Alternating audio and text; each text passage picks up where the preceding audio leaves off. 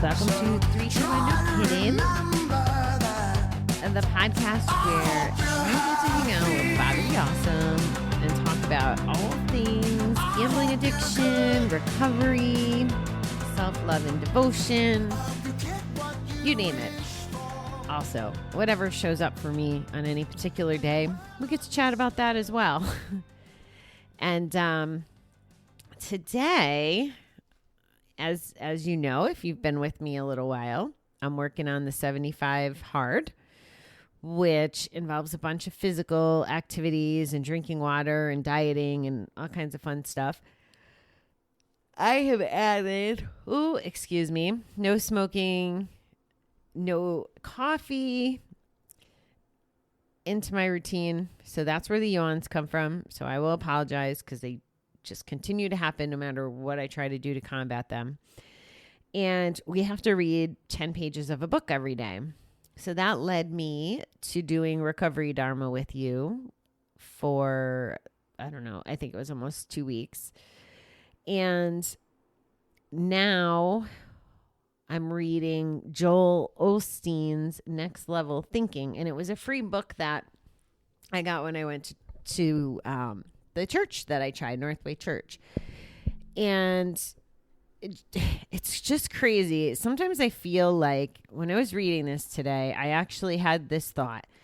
I said, maybe the universe or God, if you're a God person, or just everything happens for a reason, if you're not in any particular faith bucket, maybe this challenge was a way for me to read things to share with you that maybe you wouldn't have had the exposure to otherwise. I don't know. I feel that way sometimes with the things that I'm exposed to, that I hear about them just in unexpected, interesting ways.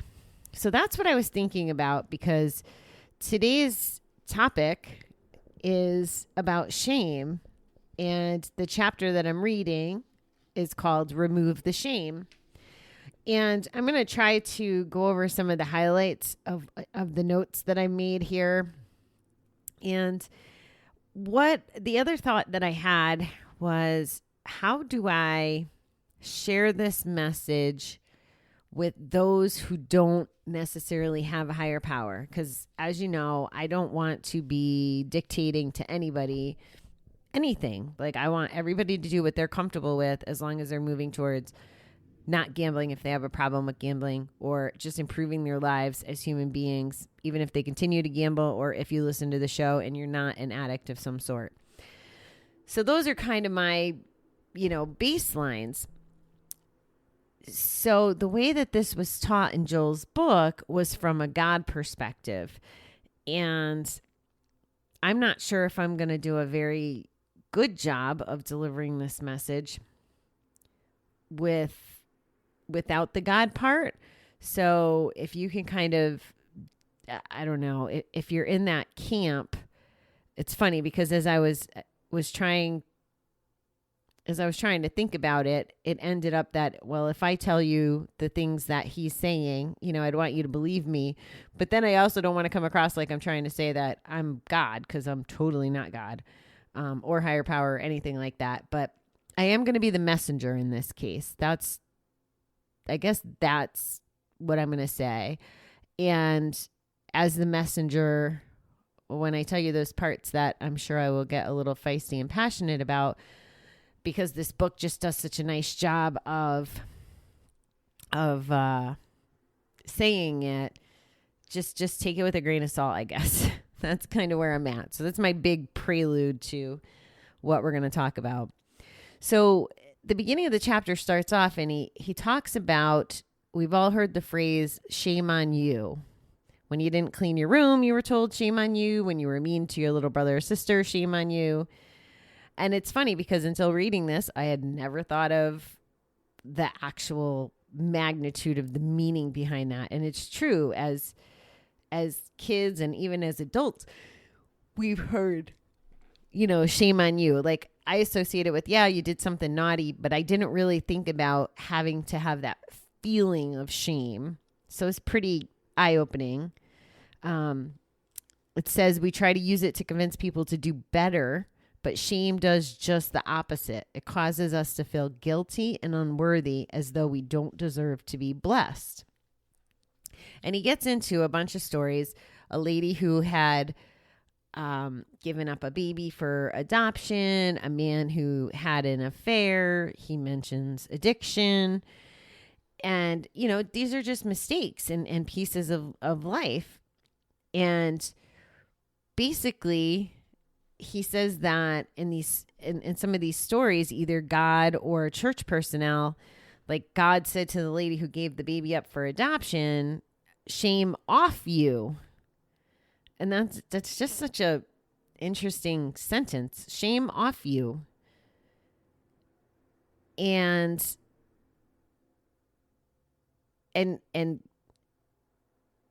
the, like I said, it's kind of tricky to say this without saying like God saying that you don't have to feel shame, but that's who is the voice in this book.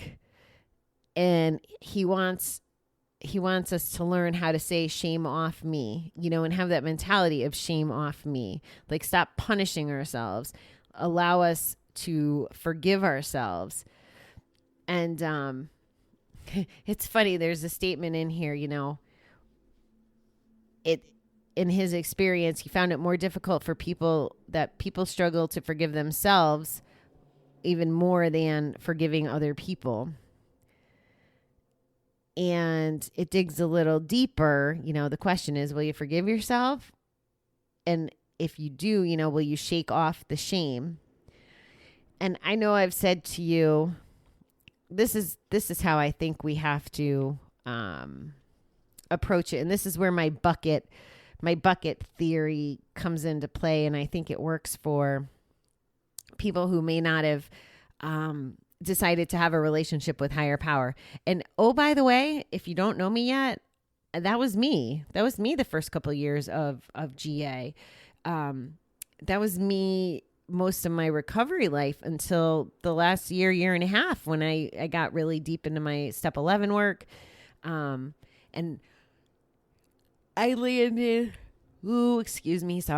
I landed more on the universe side of it through the meditation and mindfulness, you know, where my higher power is the universe.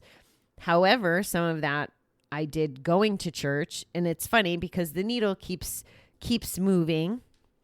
You know, I still don't know that I would call it God. That's just my comfort level. However, I have no problem going to church now on purpose, not just for weddings and funerals, to hear whatever the message is. Like, I believe that it's really weird, my beliefs. I believe that the messages are for me when I'm there.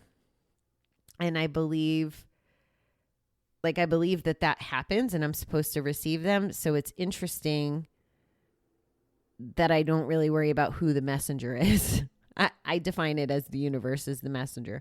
So that's why when I started the beginning of the show, it's not really about who the messenger is. I just hopefully happen to be the messenger in this case. If you're not familiar either with this book or this concept, or you just need to hear this message today, that's really the end game, is hearing this message. So I'm gonna read you a little bit of the book. Next Level Thinking says, you may have made mistakes, but the moment you ask God to forgive you, he will not only forgive you, but he'll take one step further and not even remember it anymore. The condemning thoughts trying to remind you of your past, saying things like shame on you for being unfaithful or being dishonest or being rude, whatever those things are that you feel shame around, not only do you have forgiveness, like, it's in the past, it's done. And I've chatted with you guys about this as far as things in my life. Like, I feel that things, like, more so on the things that may not have been, you know, super favorable in my life, instead of dwelling on them and having the poor me, I now thank the universe that they all happened because it developed me into who I am. And I really like who I am, who I'm becoming, because I'm definitely still have so much more work to do, but I'm very comfortable saying that I like the road that I'm on. I like the dreams I have. I like the way I treat people. I like the way I feel most of the days. I don't like how I react sometimes to some stuff, which goes into the opportunity areas.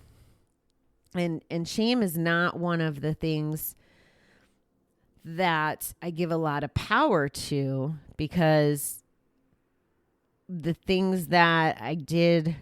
So here's another whole philosophy that we've never really chatted about, but I don't give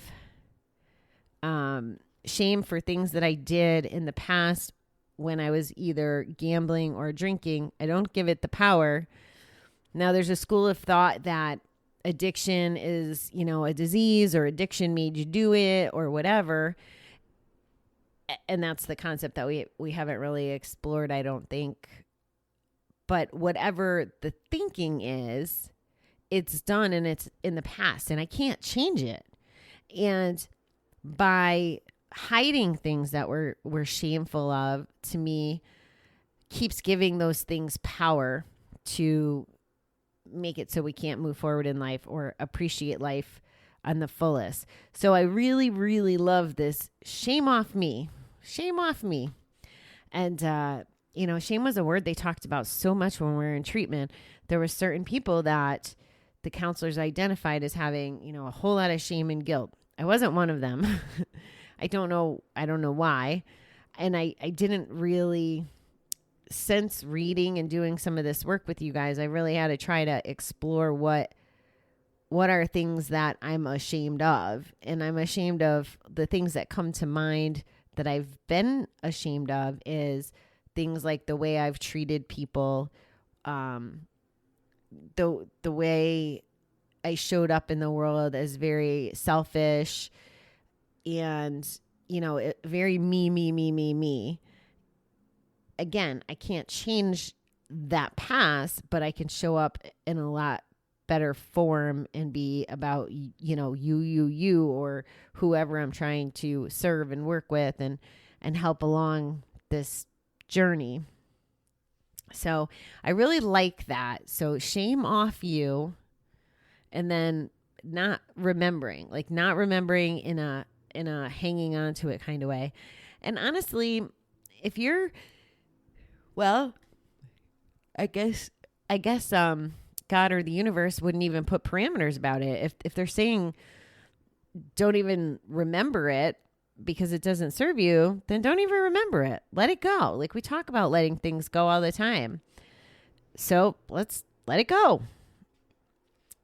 I want to just flip through and make sure I'm not forgetting anything else.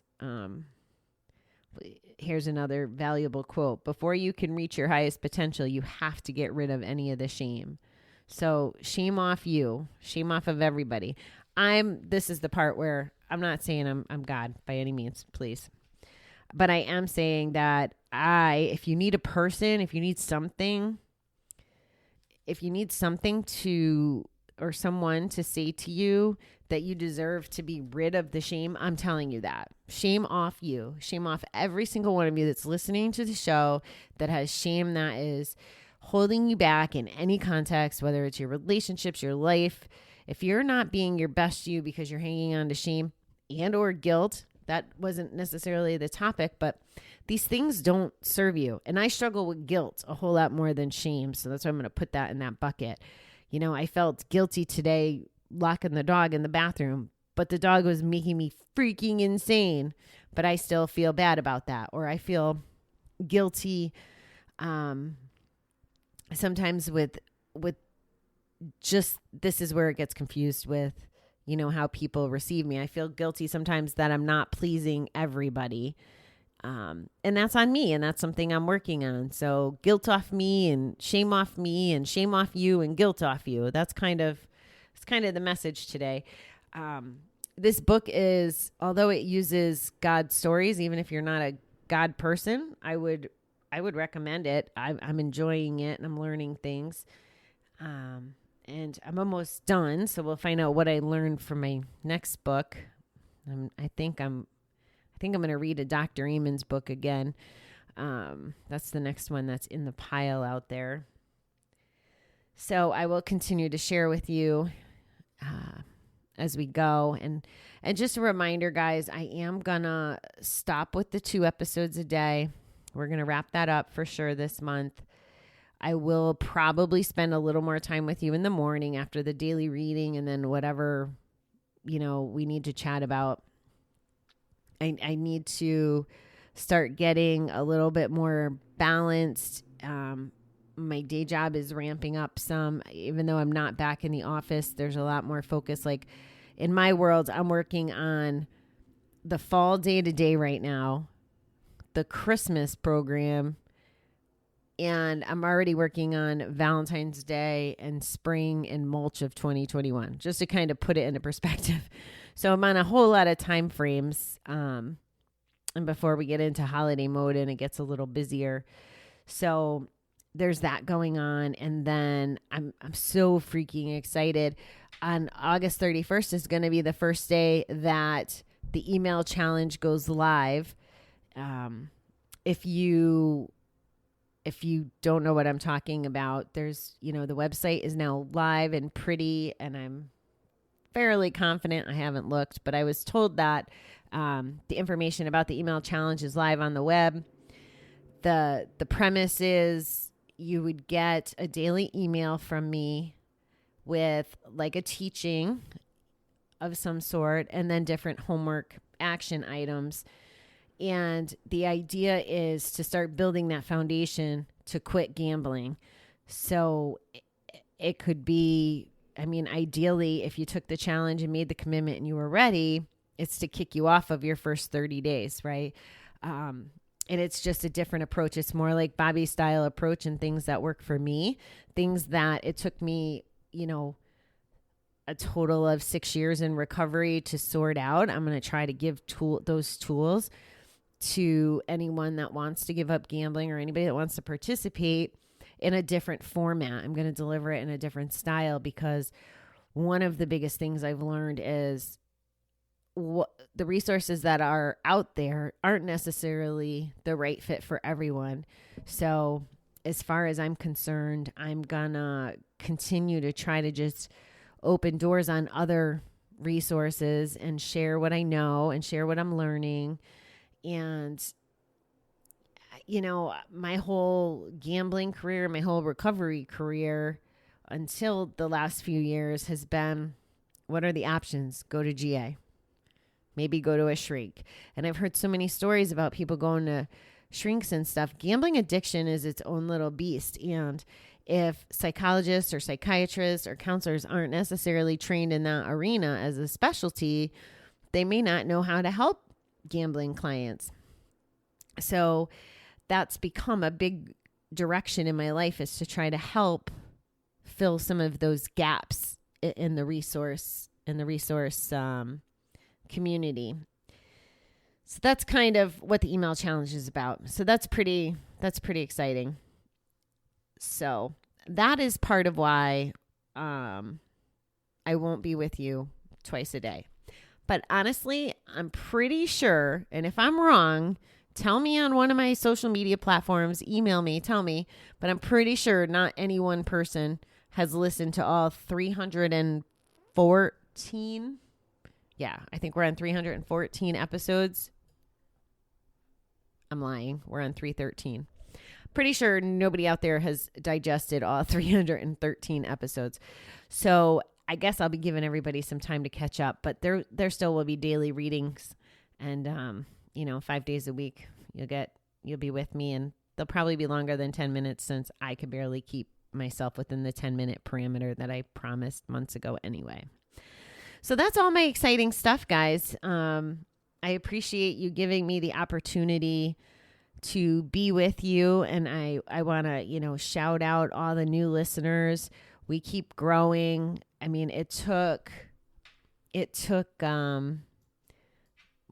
months or so, 7 months. We started at the end of November. So if we called it December, it took about 8 months to get to the 10,000 download mark. And now we're already almost up to 14,000. It's almost 4,000 in a month. Like, it's just increasing. And I know that you're out there and you're finding me and you're checking me out. And I just appreciate you being there. I've gotten, some emails, really wild. I got an email from someone that I went to exercise classes with at the local Y. And she was kind enough to send me a note that she stumbled upon the show. I don't even really know how. And it's not that she's a gambling addict or anything, but she found value as not a gambling addict. So that was a big compliment. And it was pretty exciting, that she told me she would be listening. So shout out to her if she's listening. But those are the things that are bringing me joy, and hopefully I can continue to try to make a difference in as many people as possible. So thank you for growing with me. It's also very exciting. All right, beautiful people. This is Tuesday nights are supposed to be my nights off. That's what I've called them. But I am going to go do a little bit of work because I'm really behind in all my side project stuff, which is okay. And I want to go to Zumba tomorrow night outside if possible before class. So yeah, I'm going to get my butt in gear. But I hope you guys are all well, and I will chat with you in a while. Thanks for being here.